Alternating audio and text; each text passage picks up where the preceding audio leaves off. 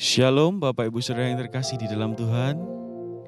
Mari saat ini kita mempersiapkan diri kita untuk kita boleh mengikuti temu doa pada malam hari ini.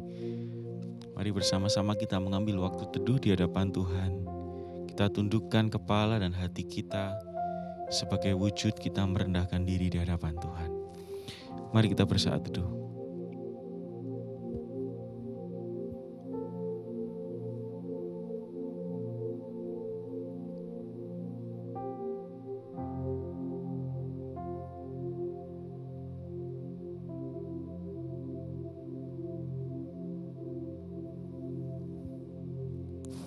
Tuhan Yesus, kami bersyukur karena Engkau Allah yang begitu baik buat setiap kami.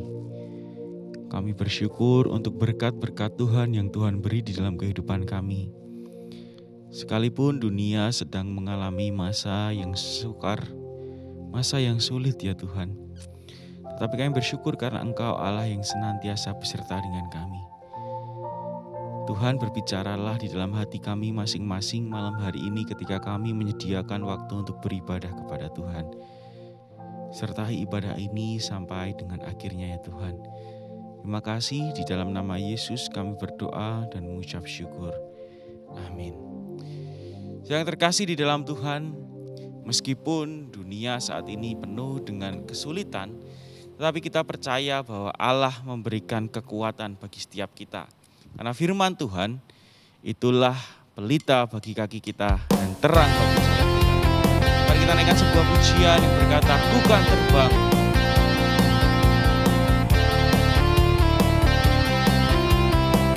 Dengan segenap hati kita katakan, firman-Mu Tuhan. Firman-Mu Tuhan, pelita bagi kakiku. Janji-Mu terang bagi jalan-jalanku. Kebenaran-Mu menuntunku setiap hari. Ku menantikan-Mu, beri kekuatan baru.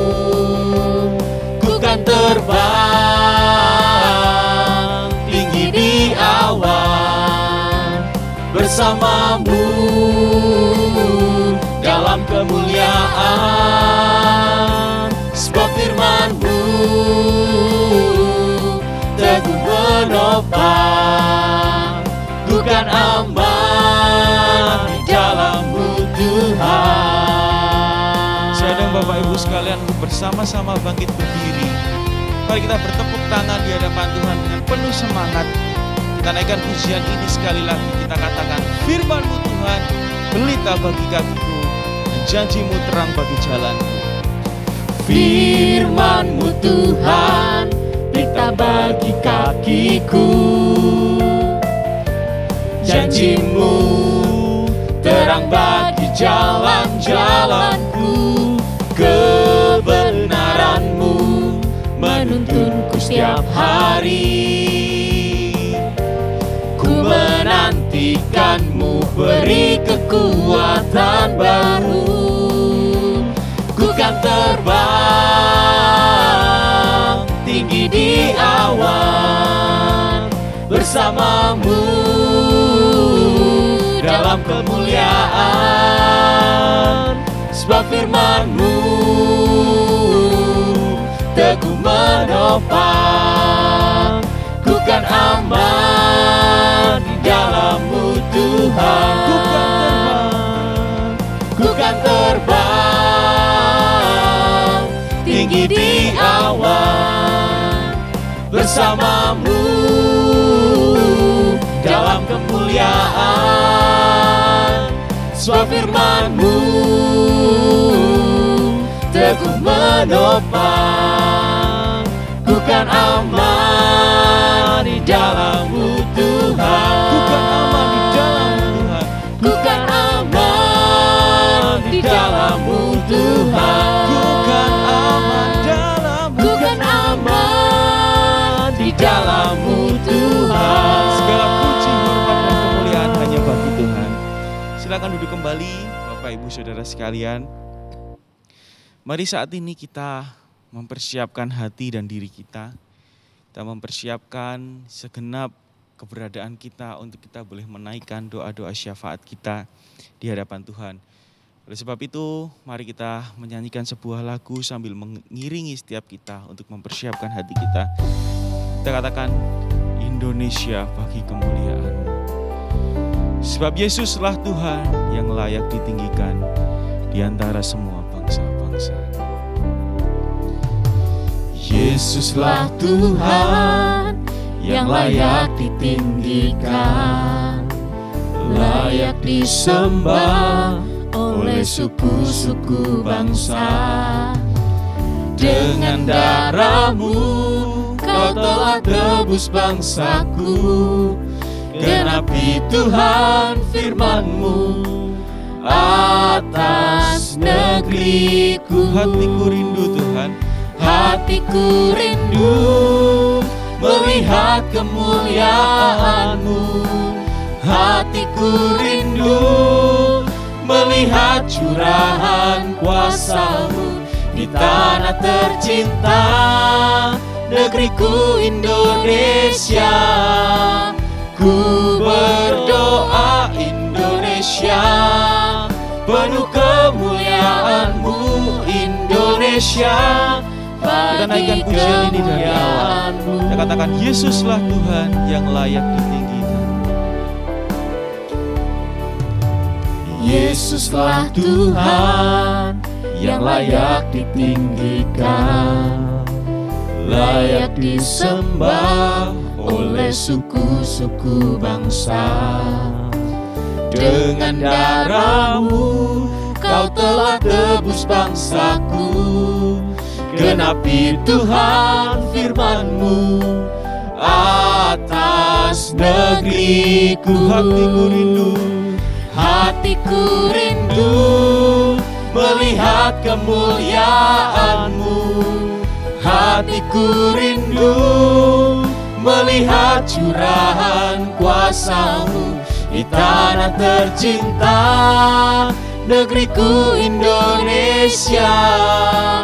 Ku berdoa Indonesia, penuh kemuliaan-Mu Indonesia, bagi kemuliaan-Mu. ya Allahku, ya Allahku, ya Allahku, nyatakan kemuliaan-Mu. Ya Allahku, nyatakan curahan kuasa-Mu di tanah tercinta, negeriku Indonesia. Ku berdoa Indonesia, penuh kemuliaan-Mu Indonesia, bagi kemuliaan-Mu. Bapak Ibu Saudara yang terkasih di dalam Tuhan, mari kita bersatu hati berdoa. Yang pertama, kita berdoa untuk misionaris yang saat ini bergerak di garis depan untuk melayani suku-suku yang terabaikan. Begitu banyak hamba Tuhan di luar sana yang sedang berjuang untuk melayani suku-suku yang terabaikan. Oleh sebab itu, mari kita berdoa supaya setiap mereka Tuhan berikan kemampuan, Tuhan berikan hikmat untuk melayani suku-suku tersebut. Mari kita naikkan pokok doa ini, kita berdoa. Bapa di dalam surga, hamba berdoa, rekan-rekan hamba Tuhan yang sedang melayani suku-suku terabaikan di luar sana. Tuhan, kiranya Engkau sendiri Allah yang boleh senantiasa meneguhkan panggilan mereka. Tuhan, kami berdoa, bila kiranya Engkau sendiri Allah yang boleh menolong mereka di dalam mereka melayani. Tuhan, biarlah Engkau sendiri Allah yang memberikan kekuatan, hikmat, hati yang boleh sungguh-sungguh melayani orang-orang tersebut. Sehingga apapun yang mereka layak, doa ya Tuhan menjadi kemuliaan bagi nama Tuhan yang berkasih, Tuhan yang tolong setiap pekerjaan pelayanan mereka, supaya terima kasih ya Tuhan, terima kasih ya Tuhan, mengerahkan rekan-rekan hamba Tuhan yang ada di luar sana, orang-orang yang mereka layani boleh mengenal Kristus Tuhan yang adalah Tuhan dan Juru Selamat yang hidup. Pakai hamba-Mu ini Tuhan, terima kasih, menyerahkan setiap mereka ke dalam tangan Tuhan. Saudara, secara khusus saat ini kita juga berdoa untuk Pendeta Yosef Kristianto yang melayani salah satu suku terabaikan di pedalaman Papua yaitu suku Sikari. Saudara, mari kita berdoa agar Tuhan memberi kekuatan dalam setiap pelayanan yang dikerjakan dan hikmat dalam setiap pelayanan yang dijalani. Doakan juga proses penerjemahan Alkitab ke dalam bahasa suku Sikari sehingga boleh berjalan dengan baik. Mari kita doakan agar pendeta Yosef beserta istri dan anak-anak diberi kesehatan oleh Tuhan dan senantiasa diberi kecukupan di dalam kehidupannya. Mari saat ini kita angkat suara kita berdoa untuk pendeta Yosef. Bapa di surga, kami berdoa secara khusus pada kesempatan saat ini untuk hamba-Mu yang melayani sebagai misionaris di ladang pelayanan misi Papua. Kami berdoa ya Tuhan untuk Bapak Yosef Kristianto. Kiranya Tuhan yang memberkati pelayanan dikerjakannya. Tuhan yang menolong, Tuhan yang memberi hikmat bijaksana untuk suku Sikari yang dilayani. Kiranya Tuhan memberkati supaya mereka dapat menerima Injil dengan baik. Dan supaya mereka ya Tuhan melalui bimbingan arahan dari pelayan Pak Yosef Kristianto dan tim boleh sungguh diberkati oleh Tuhan, dan pelayanan mereka boleh sungguh menjadi berkat bagi mereka untuk menolong mereka menjadi memiliki kehidupan yang lebih baik. Dan berdoa ya Tuhan untuk pelayanan Pak Yosef secara khusus yang berupaya menerjemahkan Alkitab ke dalam bahasa suku Sikari. Kiranya Tuhan memberkati agar pekerjaan pelayanan ini sungguh dapat dikerjakan dan dijalankan dengan baik. Tuhan, terima kasih ya Tuhan, kami juga berdoa untuk keluarganya, untuk pelayanannya, untuk anak-anaknya. Tuhan berkati, Tuhan yang tolong kehidupan mereka, dan Tuhan yang senantiasa cukupkan. Terima kasih Tuhan Yesus, terpuji dalam nama Tuhan Yesus kami berdoa. Saudara, mari secara khusus kita berdoa untuk suku Sikari. Saudara, suku Sikari merupakan salah satu suku di tanah Papua yang sulit mendapatkan akses dari dunia luar karena keterbatasan moda transportasi.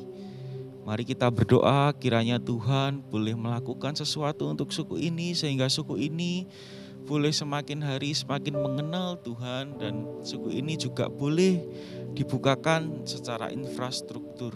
Mari saat ini kita angkat suara kita berdoa untuk suku Sikari. Bahwa di dalam juga berdoa ya Tuhan pada kesempatan ini untuk suku Sikari yang ada di pedalaman Papua. Berdoa ya Tuhan, biarlah kiranya Tuhan yang memberkati, Tuhan yang menolong masyarakat yang Engkau kasih mereka ini ya Tuhan, yang sudah disentuh oleh pelayanan. Kiranya Tuhan memberkati supaya mereka boleh terus berkembang, supaya mereka ya Tuhan melalui Injil yang diberitakan boleh mengalami kehidupan yang baik ya Tuhan, yang memimpin mereka pada kasih Tuhan, pada kehidupan yang berlimpah dalam damai sejahtera. Dan biarlah kiranya Tuhan memberkati agar kehidupan mereka juga boleh ditolong, dipimpin untuk terus mengalami kecukupan dalam setiap hal yang mereka kerjakan ya Tuhan. Kami berdoa ya Tuhan untuk keterbatasan akses masuk ke sana, biarlah kiranya Tuhan memberkati agar tidak menghalangi hamba-hamba-Mu atau orang-orang yang melayani ke sana untuk dapat datang dan melayani. Terima kasih Tuhan, dalam nama Tuhan Yesus kami berdoa. Mari untuk yang pria kita berdoa agar masyarakat yang dilayani di sana atau di suku Sikari dan suku Papua, suku-suku di Papua pada umumnya boleh bertumbuh menjadi masyarakat yang berkembang. Doakan setiap orang Kristen di sana supaya menjadi orang Kristen yang baik dalam beribadah, melayani, dan menjadi saksi dan berkat bagi sesamanya. Mari untuk yang wanita kita berdoa untuk kebutuhan penerjemahan Alkitab yang besar di Papua. Daerah dan suku yang mirip situasinya dengan Sikari masih ada 100 bahasa dari total 276 suku dan bahasa di Papua. Sekarang mari kita berdoa kiranya Tuhan menolong mencukupkan bagi kebutuhan pelayanan yang besar ini. Mari kita angkat suara kita berdoa. Bapa di surga, kami juga berdoa ya Tuhan untuk suku Sikari dan suku di Papua, suku di Papua ya Tuhan, yang Tuhan kiranya Engkau sendiri Allah yang boleh menolong masyarakat ini boleh menjadi masyarakat yang mengenal Tuhan dan boleh menjadi masyarakat yang baik ya Tuhan. Sehingga masyarakat di sana ya Tuhan boleh terus berkembang menjadi masyarakat yang lebih baik. Kami juga berdoa untuk orang-orang Kristen yang sudah dilayani, biarlah kiranya Engkau memberkati agar mereka juga boleh terus bertumbuh dan berkembang ya Tuhan, menjadi orang Kristen yang mengenal isi hati Tuhan, yang mengasihi Tuhan, yang kemudian dapat dipakai oleh Tuhan untuk menjadi sarana saluran berkat baik bagi pelayanan bagi Tuhan maupun berkat bagi sesamanya. Terima kasih ya Tuhan. Terima kasih Serahkan ya Tuhan secara khusus untuk suku Sikari dan suku-suku di Papua, kiranya Tuhan yang berkati. Terima kasih. Hatiku rindu ya Tuhan melihat kemuliaan.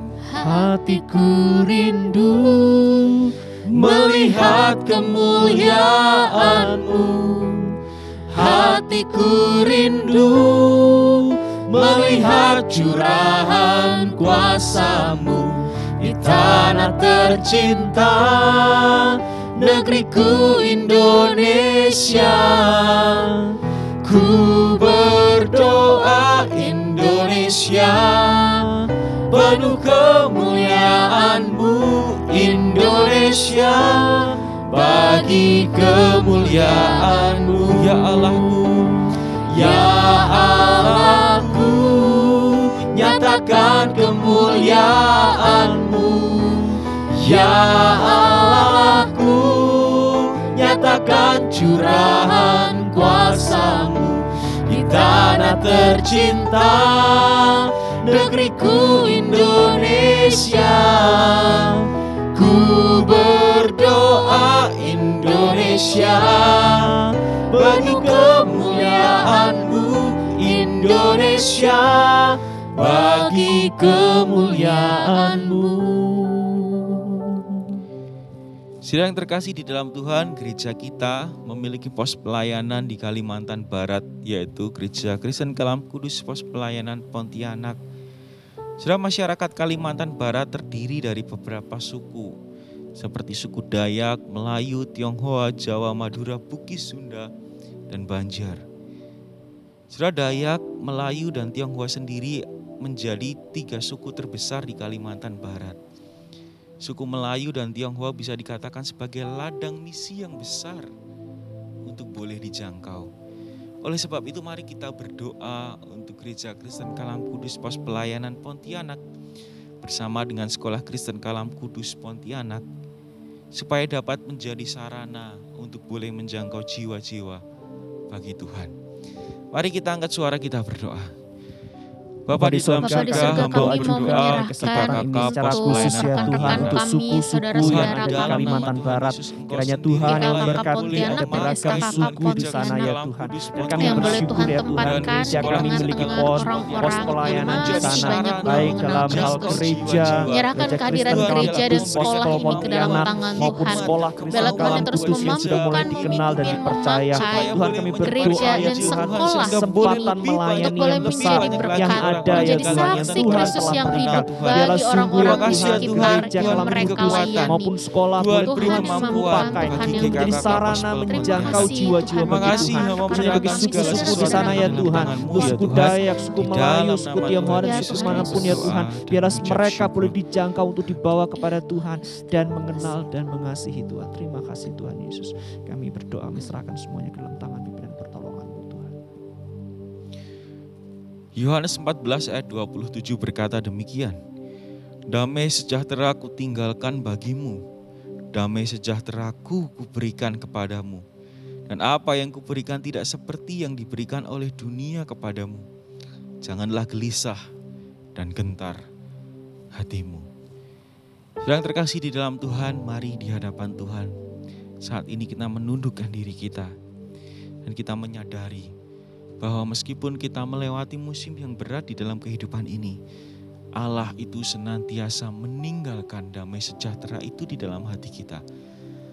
Kalau mungkin hari ini kehidupan kita penuh dengan kekalutan, penuh dengan kekhawatiran, saudara, mari kita datang kepada Tuhan.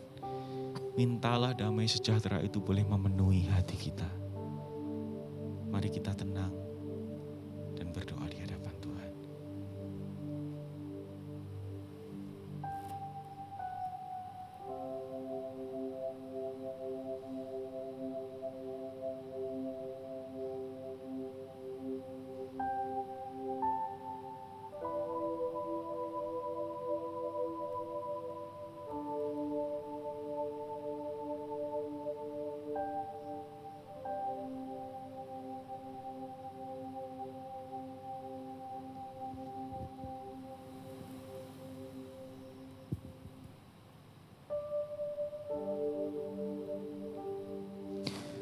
Tuhan, inilah doa kami.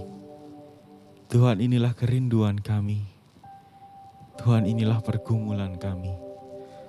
Kami mau meletakkan semuanya di bawah kaki Tuhan. Biarlah kiranya Engkau sendiri Allah yang boleh menjawab setiap seruan kami menurut kehendak hati Tuhan. Terima kasih ya Tuhan. Di dalam nama Yesus kami berdoa dan mengucap syukur. Amin. Yang terkasih di dalam Tuhan, mari kita mempersiapkan diri kita untuk boleh mendengarkan firman Tuhan. Biarlah di bulan misi ini kita senantiasa diingatkan bahwa sudah menjadi tugas kita untuk boleh memberitakan Injil bagi sesama. Oleh sebab itu, biarlah kita minta Tuhan memberikan keberanian di dalam hati kita, supaya hidup kita boleh menyenangkan hati Tuhan dan menjadi berkat buat sesama kita. Tuhan, ini tugas kami.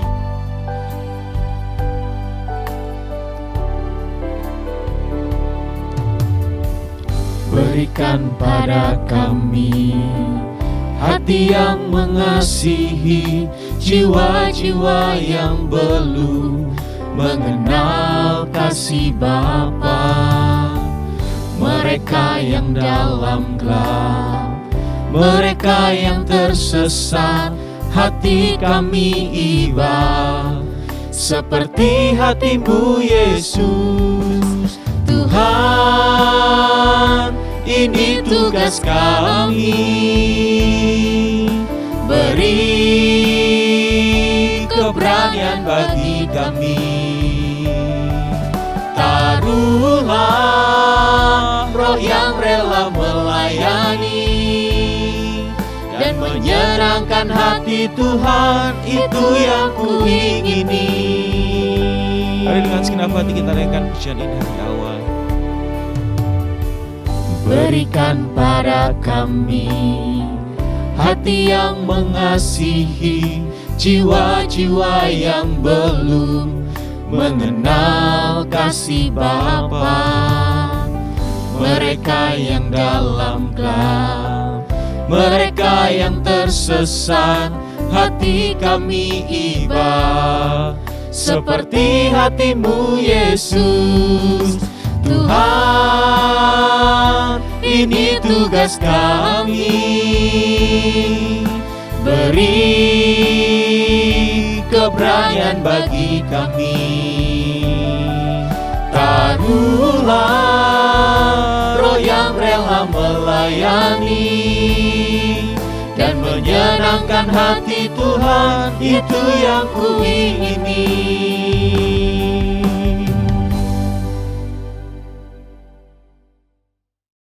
Selamat malam Bapak Ibu, saudara-saudari, rekan-rekan yang terkasih di dalam Tuhan Yesus. Malam ini kita akan bersama-sama belajar dari satu firman Tuhan yang saya ambil dari Injil Yohanes pasal kedua ayat yang ke-13 sampai yang ke-15. Injil Yohanes pasal kedua ayat 13 sampai 15. Saya akan bacakan, Bapak Ibu yang sudah punya Alkitabnya, silakan dibuka. Ketika hari raya Paskah orang Yahudi sudah dekat, Yesus berangkat ke Yerusalem. Dalam bait suci didapatinya pedagang-pedagang lembu, kambing domba dan merpati, dan penukar-penukar uang duduk di situ. Ia membuat cambuk dari tali lalu mengusir mereka semua dari bait suci dengan semua kambing domba dan lembu mereka. Uang penukar-penukar dihamburkannya ke tanah dan meja-meja mereka dibalikkannya. Bapak Ibu, saudara kasihan Tuhan, rekan-rekan semua, mari kita berdoa memohon pimpinan Tuhan untuk kita meresapi, merenungkan firman Tuhan ini. Bapa Surgawi, urapi setiap kami, pakai kami untuk mengerti, memahami firman-Mu, sehingga kami boleh melakukannya, mempraktekkannya di dalam kehidupan kami masing-masing. Urapi setiap kami ya Tuhan, di dalam keterbatasan kami di dalam bertemu, biarlah melalui media yang ada ini, kami tetap mau belajar firman-Mu ya Tuhan. Ampuni segala ketidakhormatan kami ketika dalam ibadah. Ampuni kami kalau kami belum terlalu yakin akan pimpinan Tuhan. Kami mohon Tuhan, tambahkan iman kepada kami. Demikian juga hikmat pengetahuan untuk kami mengatur, untuk kami melayani, untuk kami menyembah Tuhan sebagaimana yang terjadi dalam kondisi saat ini ya Tuhan. Kami mohonkan pertolongan pimpinan penyertaan. Inilah doa kami ya Bapa. Dalam nama Tuhan Yesus kami berdoa. Amin. Bapak Ibu saudara terkasih dalam Tuhan, punya gereja yang baik di sepanjang abad, sepanjang waktu, setiap generasi pasti ada namanya gereja yang baik, gereja yang mewah, yang megah. Itu tidak salah selama gereja itu atau rumah ibadah itu menempatkan dirinya sebagai fungsi yang baik, yang tepat, di mana rumah ibadah adalah tempat orang untuk beribadah. Ya, itu adalah wajar-wajar saja. Bagaimana bentuknya, mau kecil, mau besar, mau mewah, mau sederhana, itu tidak penting. Yang penting adalah perannya, fungsinya untuk orang beribadah. Dan itu ditentukan oleh para pengurusnya, bukan dari yang lain. Saudara, di Alkitab dikatakan bahwa ketika hari raya Paskah, orang Yahudi sudah dekat, Yesus berangkat ke Yerusalem. Nah, saudara yang kasih dalam Tuhan, di Yerusalem ada bait suci, saudara. Bait suci yang sudah dibangun sejak zamannya Raja Salomo, saudara. Ya, Raja Salomo membangun bait suci itu 7 tahun, saudara. Satu bangunan yang sangat mewah dan megah, lux, dihiasi, dilapisi dengan emas, saudara. Saudara bisa lihat di gambar. Lapisan emas, saudara. Bayangkan kalau itu kuning, ruangan yang kita biasa dicat putih gadingnya dikasih lampu warna oranye atau kuning, tampak indah sekali, saudara. Bisa dibayangkan ini rumah bait suci, saudara. Penuh dengan hiasan, dengan lapisan emas. Ketika kena cahaya, lilin cahaya lampu itu akan bersinar dengan terang, saudara. Lalu dilanjutkan. Bait suci Salomo dihancurkan, emas-emasnya diambil, saudara, ya, oleh bangsa Asyur dan bangsa Babel, saudara. Dan terjadi pembuangan. Lalu dilanjutkan oleh pembangunan bait suci Yerubaal, ya, dipimpin oleh Yerubaal. Itu memakan waktu 5 tahun pembangunannya, dan itu berjadi sampai zamannya Herodes, zaman Perjanjian Baru. Lalu karena ini sudah sangat tua, saudara, ya, lebih kurang ada mungkin 600 tahun begitu lamanya itu, sehingga sudah lapuk lah. Jadi perlu diganti, saudara. Penggantiannya dilakukan oleh Raja Herodes. Pembangunan bait suci yang biasanya orang sebut pembangunan bait suci ketiga itu memakan waktu 46 tahun, saudara. Juga sangat megah. Saudara, bait suci mendudukan center dari kehidupan dari orang-orang Yahudi. Semua orang Yahudi setahun sekali wajib ke Yerusalem. Untuk apa? Untuk beribadah, untuk menunaikan kewajibannya sebagai seorang Yahudi, saudara. Dan itu tidak salah, saudara. Itu baik. Kalau selama peran bait suci itu dijaga dengan baik, saudara. Nah, saudara, apa yang terjadi yang dengan nas yang kita baca di situ? Yesus marah, saudara. Bayangkan, Yesus dilambangkan sebagai seekor anak domba yang lembut, yang halus, tiba-tiba beringas marah seperti seekor singa yang gagah perkasa, yang mengaum-ngaum, saudara. Yesus bukan sekedar marah, dia marah sambil membawa cemeti, saudara. Berarti itu dipukul orang-orangnya, dicemeti, saudara. Kenapa, saudara? Pasti ada yang tidak beres dengan kehidupan di bait suci ini, saudara. Saudara, sekali lagi saya katakan, rumah mewah, rumah ibadah megah mewah itu tidak apa-apa selama itu dijalankan fungsinya, dikembalikan fungsinya itu pada tempatnya, pada role-nya, bukan untuk yang lain, saudara. Nanti kita lihat kenapa Yesus sampai marah, saudara. Saudara, di katedral di Brasil ada satu gereja itu pembangunannya sampai 600 tahun, saudara. Nah sampai sekarang pun belum selesai. Ya sekarang sih tinggal finishing saudara, dikit-dikit. Saudara, itu katedral dibangun sejak 1387. Sampai sekarang belum selesai. Dan bangunannya begitu wow, saudara. Saya baca, saudara, di internet, ya. Ini deskripsi umum saja. Panjangnya 156 meter, lebarnya 66 meter. Tingginya 108 meter. Dan ada 135 menara-menara kecil-kecil. Dan yang uniknya, ada 3.000 patung dan 700 relief. Saudara, untuk membangun satu patungnya berapa? Dan ini para pekerjanya semua pekerja pilihan, unggulan. Gereja ini dibikin untuk menampung 45.000 orang. Nah, banyak sekali, saudara. Kira-kira 25 sampai 45.000 orang bisa masuk sekali misa, saudara, kebaktian, saudara, ya. Dan selain itu, gereja ini dibangun tujuannya untuk supaya orang bisa wisata. Oh, jadi ada double fungsi. Selain fungsi untuk beribadah, juga fungsi untuk wisata. Saudara-saudara, saya khawatir, saudara, dalam kehidupan orang-orang Yahudi, bait suci di Yerusalem menjadi tempat wisata saja, saudara. Sehingga orang itu kayak wajib datang ke Yerusalem untuk berwisata saja. Jadi bukan sekedar bukan lagi untuk tujuan utama adalah beribadah, tetapi wisata, saudara. Masih mending kalau wisata, saudara. Apa yang terjadi kalau Yesus mendapati bait suci itu sudah berubah fungsi menjadi tempat bisnis, saudara. Dan inilah yang terjadi sampai Yesus marah besar, saudara. Kenapa kok sampai marah besar? Sebab banyak pedagang, Alkitab mencatat, dalam bait suci didapatinya pedagang-pedagang lembu, kambing, domba, dan merpati, dan penukar-penukar uang duduk di situ, saudara. Kata duduk di situ penting sekali, saudara. Yang duduk di situ adalah imam, para hamba Tuhan, para orang Lewi, saudara. Bukan penukar-penukar uang, bukan para pedagang.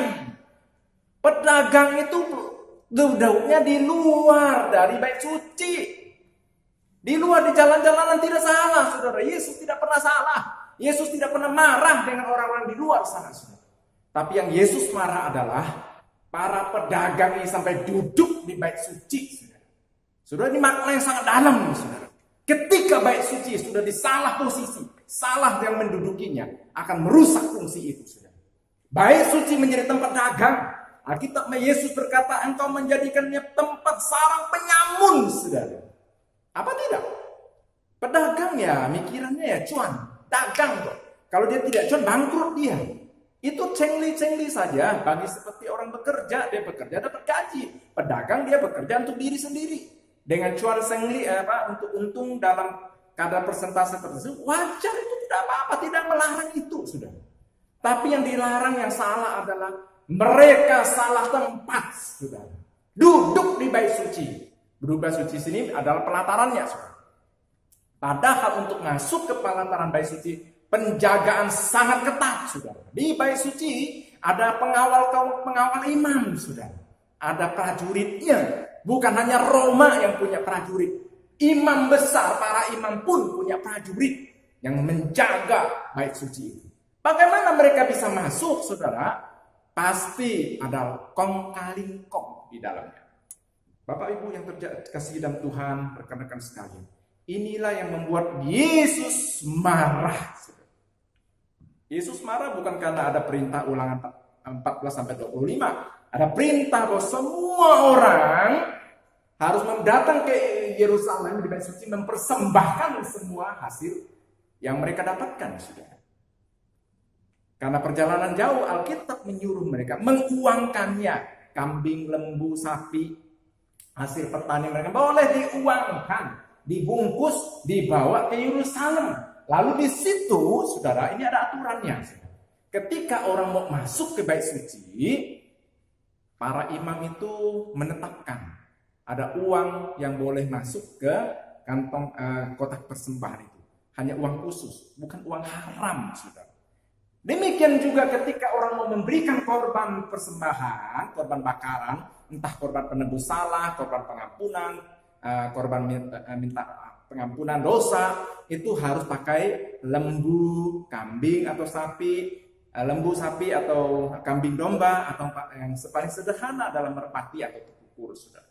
Dan itu mereka bisa dapat uang itu, mereka beli binatang-binatang itu dan diserahkan ke imam-imam yang melakukan persembahan itu. It's okay, itu tidak ada yang salah, dan itu memenuhi hukum Taurat. Yesus melakukannya. Yesus dari Galilea, kita mencatat dia ada di Kapernaum, saudara. Dia berjalan kaki ke Yerusalem merayakan Paskah. Tidak apa-apa, saudara. Setiap orang Yahudi akan datang ke Yerusalem untuk merayakan Paskah. Kan itu hari raya besar. Senternya ada di Yerusalem, di Bait Suci. Tempat imam mengadakan pengampunan dosa untuk seluruh umat setahun sekali. Ada pusatnya di Yerusalem, di Bait Suci. Tapi yang terjadi bukan imam yang duduk di situ, para pedaganglah yang duduk di Bait Suci. Itu artinya fungsi Bait Suci sudah beralih fungsi, bukan lagi tempat ibadah, bukan lagi tempat menyembah Tuhan, tetapi tempat mencari uang. Saudara, saya tidak melarang, Yesus tidak melarang mencari uang, bekerja itu perintah Tuhan. Saudara. Anda mencari uang di luar gereja tidak apa-apa, saudara. Tapi kalau sampai masuk dalam pelataran Bait Suci, itu sudah merusak, mencemarkan kekudusan Bait Suci itu. Saudara yang berteolog boleh mengatakan itu Tuhan kok tidak dipercemarkan. Tidak bisa begitu. Manusia punya fisik. Fisik ini butuh sesuatu yang khusus. Khusus itu apa? Bait Suci, saudara. Kalau sekarang namanya gereja. Karena itu gereja jangan sampai dikotorkan. Jangan dicemari oleh prinsip-prinsip dunia yang masuk ke dalam dunia. Yang masuk ke dalam gereja. Nah, saudara-saudara, Yesus berkata, rumahku akan menjadi doa. Rumahku akan menjadi doa segala bangsa. Tempat doa segala bangsa. Tetapi engkau menjadikannya sarang penyambung. Siapa yang dibilang engkau di sini, saudara? Apakah umat? Bukan, saudara. Engkau di sini jelas kepada pribadi khusus. Siapa? Pengurus para imam di Bait Suci yang membiarkan para pedagang masuk menduduki Bait Suci. Pasti ada yang tidak beres di situ. Saudara-saudara, bukankah itu yang terjadi, saudara? Dengan gereja yang kalau saya amati, saudara ya, di zaman ini. Tidak jauh berbeda sekarang. Saudara, saya kalau mau bercerita itu banyak sekali. Nah, yang sudah fakta dan data yang nyata-nyata deh, saudara ya. Orang yang baru ini terjadi di Surabaya. Saudara bisa lihat di link. Yang saya klik di situ ada 2 link yang saya dapatkan, itu mengisahkan tentang seorang pendeta, ya, Hani Layantara, ya, seorang hamba Tuhan yang sangat sukses, saudara, ya, membawa orang banyak datang kepada Tuhan. Betulkah datang kepada Tuhan? Bukan, sebenarnya. Itu mereka bawa kepada dirinya dan mereka diperas. Apa yang terjadi dengan hamba Tuhan ini, saudara? Saya baca di media itu malu rasanya, saudara. Dia punya pendeta, gaya hidup pendeta yang wow, yang punya modis, saudara ya, dan uniknya, saudara ya, jasnya itu berapa duit, saudara ya. Beda dengan baju yang saya pakai, saudara. Ini baju pemberian salah satu rekan di Solo pada tahun 2014, saudara. Berarti sekarang sudah 7 tahun saya masih pakai batik ini, saudara ya. Jam yang dia dipakai, saudara, itu 3 miliar, saudara. Wow, saya bandingkan dengan jam tangan yang saya pakai, berarti bisa 5 juta biji jam yang saya pakai, dia hanya pakai 1. Saudara. Wow, ini hamba Tuhan sampai begitunya ya. Akhirnya tertangkap, saudara. Tertangkap kasus karena pelecehan, dianggap percabulan kepada anak-anak, saudara. Saudara, itu yang tertangkap, saya bilang. Saya diskusi sama teman-teman saya. Itu yang tertangkap. Yang tidak ketahuan bagaimana, saudara? Karena seorang yang rakus, yang tamak, dekat sekali dengan penyembahan berhala. Penyembahan berhala dekat sekali dengan percabulan. Itu yang Alkitab katakan, saudara. Karena itu hati-hati gereja.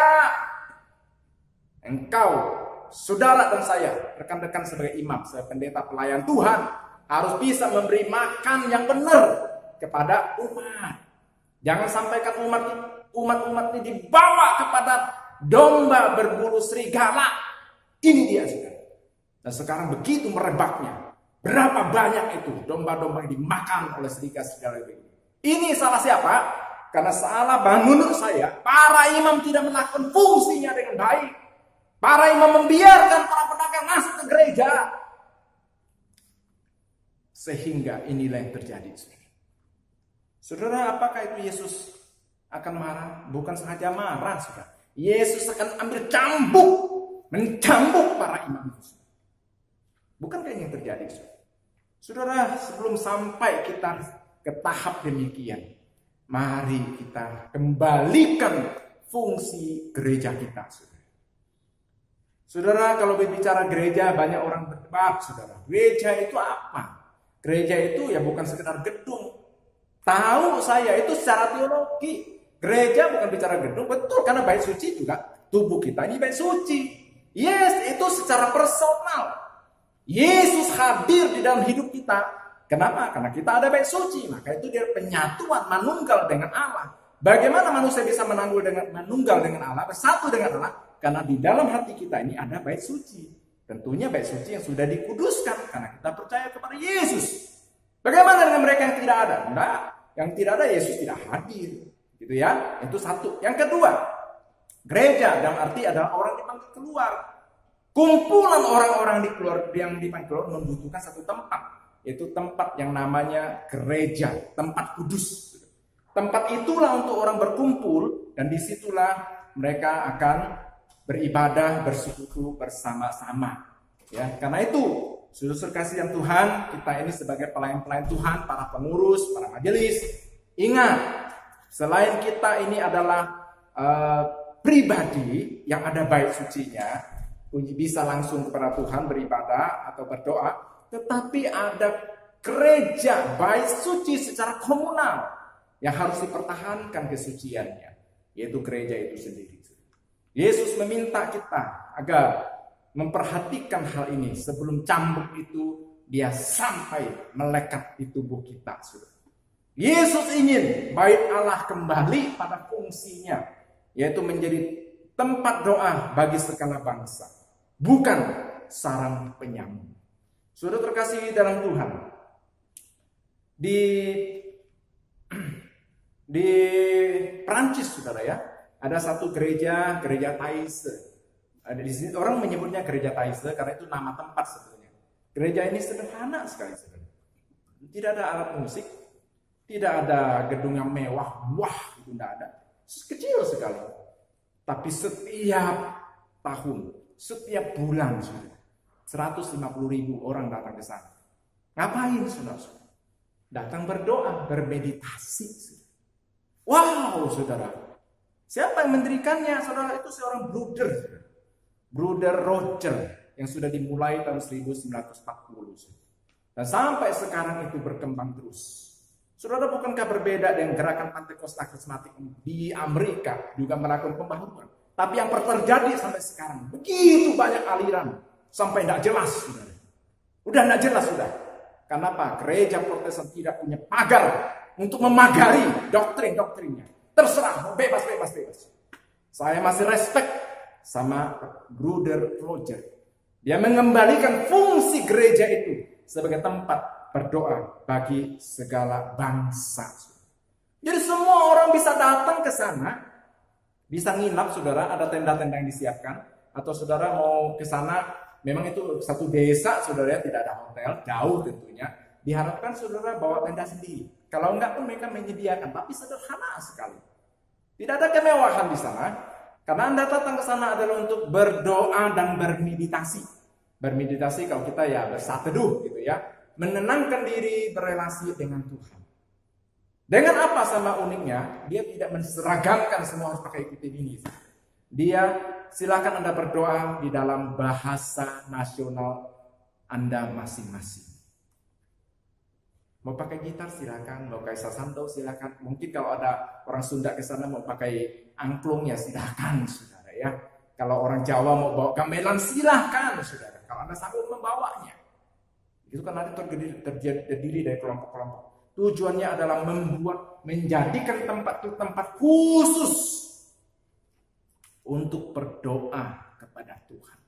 Saudara, bukankah kita ini dipanggil khusus untuk berdoa kepada Tuhan? Itulah dipanggil keluar, eksklesia, dipanggil keluar dari kegelapan menuju terang. Tapi selama itu kita masih di dunia, saudara, Bapak Ibu yang terkasih Tuhan, kita belum langsung dipanggil pulang ke surga, belum. Tapi selama di dunia ini Tuhan mau kita menjalankan peran terang itu, memancarkan terang itu minimal dalam peribadatan kita, saudara. Dalam kehidupan kita sehari-hari tampak bahwa Anda, saudara dan saya adalah seorang pengikut Kristus. Saudara dan saya nampak dari peribatanmu, dari cara pola hidupmu, dari cara bergaya berdoamu. Itu Yesus mau, saudara. Itulah yang dilakukan oleh gereja ini. Membawa orang datang beribadah kepada Yesus. Saudara yang terkasih dalam Tuhan, Bapak Ibu yang terkasih dalam Tuhan, rekan-rekan semua. Gereja kita termasuk gereja yang baik, gereja yang besar, saudara. Gereja yang megah, gereja Karang Kudus. Tapi adakah gereja itu menjadi tempat bagi umat berdoa? Atau kita sendiri sedang mengalami ketakutan luar biasa di masa pandemi ini? Mari sebagai orang-orang percaya kepada Tuhan, yang percaya beriman kepada Kristus, percayakah bahwa Kristus melindungi kita? Kalau iya, biarkan itu gereja terbuka. Biarkan umat datang, beribadah, berdoa kepada Tuhan. Bukan peraturan pemerintah, bukan karena itu, karena ini kita menutup gereja, sehingga kita ketakutan sendiri. Saudara, saya sendiri sebagai pelayan hamba Tuhan diuji dalam hal begini. Ya, kecuali pemerintah bilang tidak boleh buka, itu saya tidak boleh buat saya. Tapi selama pemerintah yang atur, silakan diatur protokol, kita ikutin, saudara. Karena itu jangan beralasan bijaksana arif lalu kita menutup gereja. Gereja idealnya tidak boleh tutup. Karena itu doa bagi tempat berdoa bagi seluruh bangsa setiap saat, setiap waktu. Saudara, kiranya firman Tuhan ini mengingatkan kita, saudara. Karena saya tahu yang ikut sebagian besar dalam ibadah doa adalah para pelayan-pelayan Tuhan, para majelis, dan tentunya jemaat yang sudah orang bilang ya, rohaninya sudah level A, bukan lagi level biasa-biasa. Khotbah ini keras untuk saya.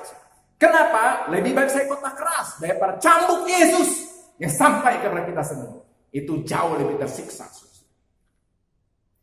Saudara, mari kita bersihkan hati kita.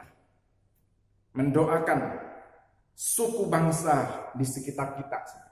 Kita tidak perlu jauh-jauh pergi, saudara. Di sekitar kita banyak sekali orang-orang yang belum mengenal Kristus, yang belum punya bait suci di hatinya, yang hatinya masih tercemar. Itu yang perlu kita doakan. Kita bawa mereka kepada Kristus. Kita bersihkan bait dalam hati mereka yang masih penuh dengan para pedagang-pedagang itu. Saudara terkasih dalam Tuhan, kiranya renungan firman Tuhan kali ini mengingatkan setiap kita. Kita sebagai gereja Injil, gereja mainstream yang mengajarkan kebenaran yang benar. Jangan biarkan umat kita terbawa oleh hamba-hamba Tuhan yang katanya domba tetapi berbulu serigala. Anda tahu maksud saya? Hati-hati, saudara. Kalau tidak, cambuk Yesus akan menempel di dada saudara, di tubuh saudara. Itu sebagai tanda peringatan. Saudara dan saya sebagai pelayan Tuhan, para pelayan Tuhan harus melindungi gereja dari didudukinya orang-orang para pedagang. Artinya filosofi dunia jangan sampai duduk di gereja, tapi gereja lah yang harus menerangi dunia ini. Saudara, khotbah renungan kali ini bagi saya itu sangat keras, tapi inilah suara Tuhan, suara firman Tuhan yang ingin saya sampaikan kepada saudara dan saya. Kiranya dapat kita jalankan, kita kita lakukan mengawali bulan misi ini, sehingga kita menangkap hati Tuhan di ladang misi yang sedang menguning ini, saudara. Tuhan memberkati kita semua. Mari kita berdoa. Tuhan, terima kasih untuk semua kebaikan-Mu. Firman-Mu sudah kami sampaikan. Kiranya firman-Mu ini boleh menjadi kekuatan, dorongan, peringatan buat setiap kami sebagai para pelayan Tuhan, sebagai umat-Mu Tuhan, agar kami mengembalikan fungsi gereja kami, atau menetapkan atau terus menjalankan peran fungsi gereja kami yang sudah tepat di jalur yang tepat, sehingga tidak berbelok ya Tuhan. Mari Bapak Surgawi berkati rekan-rekan semua, baik yang ada di Solo, di Pontianak, kami semua boleh menjalankan amanat agung yang sudah Tuhan perintahkan kepada kami sebagai umat tertebusan-Mu ya Tuhan. Dengarkan doa ini ya Tuhan, yang kami panjatkan hanya di dalam nama Tuhan Yesus. Amin. Halo rekan-rekan sekalian di Gereja Kristen Kalam Kudus Surakarta. Saya sungguh bersyukur mendapatkan kesempatan untuk nanti berjumpa dengan rekan-rekan di dalam webinar dengan tema Doing Mission, Doing Apologetics. Mungkin bagi sebagian kita berpikir, jangan-jangan misi yang dimaksudkan di sini adalah penginjilan. Maka kok ada kaitannya dengan apologetika yang selama ini belajar tentang bagaimana menyampaikan kebenaran dasar-dasar iman Kristen. Saya percaya bahwa itu sebagian daripada misi. Penginjilan adalah bagian dari misi. Tetapi dalam seminar ini kita akan melihat konsep misi yang lebih utuh. Bukan cuma sekedar mandat Injil, tapi juga mandat budaya. Dan itu semua akan perlu dikerjakan dengan upaya apologetika. Tentu yang dimaksudkan apologetika bukan seperti pemahaman yang kita kenal selama ini, atau yang disebut traditional apologetics. Tetapi kita akan belajar tentang cultural apologetics, menghadirkan iman Kristen sebagai iman yang bukan cuma benar, tetapi indah untuk kemudian dihidupi dan mewarnai akan seluruh aspek kehidupan yang ada. Baik itu bicara soal hobi, soal musik, soal film, soal kemudian pekerjaan, soal area apapun. Disitulah kita menghadirkan, upaya kita untuk menghadirkan iman Kristen di dalam semua area. Itulah cultural apologetics. Dan ini akan kita pelajari. Maka saya mendorong setiap kita yang dipanggil oleh Tuhan untuk hidup, menerangi dunia ini di dalam seluruh area. Yuk kita belajar bersama-sama, supaya kita boleh menghadirkan iman kita menjadi kesaksian yang nyata. Dan biarlah nama Tuhan yang dimuliakan, nama Tuhan yang ditinggikan. Ikuti acara ini yang akan diadakan pada tanggal 22 Mei 2021. Sampai jumpa. Tuhan Yesus memberkati setiap kita.